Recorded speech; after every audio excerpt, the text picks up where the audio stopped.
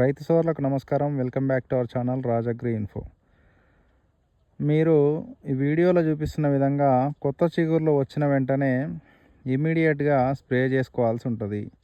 అలా గనక మీరు స్ప్రే చేయని పక్షంలో మీకు కొత్త చిగుర్ల పైన సిల్లిడ్స్ ఇంకా ఎఫిడ్స్ అనేవి దాడి చేసి ఆ ఆకులు అనేవి విచ్చుకోకుండా ఆ చిగుర్లు అలానే మీకు పూత రాకుండా ఎఫిడ్స్ లేదా సిలిడ్స్ అనేది దాడి చేసి తినడం జరుగుతుంది.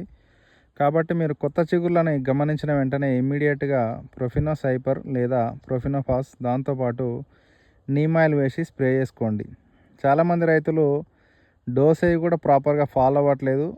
మీరు కొత్త చిగుర్ల పైన ఎక్కువ తక్కువ డోసేజ్ వేసి స్ప్రే చేసినప్పుడు ఈ కొత్త చిగుర్లు అనేవి ఆ చిగుర్ల దశలోనే మీకు మాడిపోయి రాలిపోయేదానికి అవకాశం ఉంటుంది. సో దయచేసి గమనించగలరు. అదేవిధంగా చాలామంది రైతులు కొత్త చిగుర్లు వచ్చిన వెంటనే సోలోమాన్ అనే మందుని స్ప్రే చేయడం జరుగుతుంది. మీరు ఈ సోలోమాన్ అనే మందుని కనుక మీరు 1 mlకి మించి డోసు కనుక వేసినట్టయితే ఈ చిగుర్లు మీకు ఆ చిగుర్ల దశలోనే మాడిపోయి రాలిపోతాయి.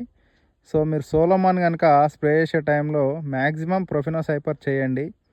మరికొంతమంది రైతులు సోలోమాన్ ఒకవేళ చేయదలుచుకుంటే మీరు 0.75 ml 0.75 ml per లీటర్ దాంతోపాటుగా నీమ్ ఆయిల్ వేసి స్ప్రే చేసుకోండి. Thank you all.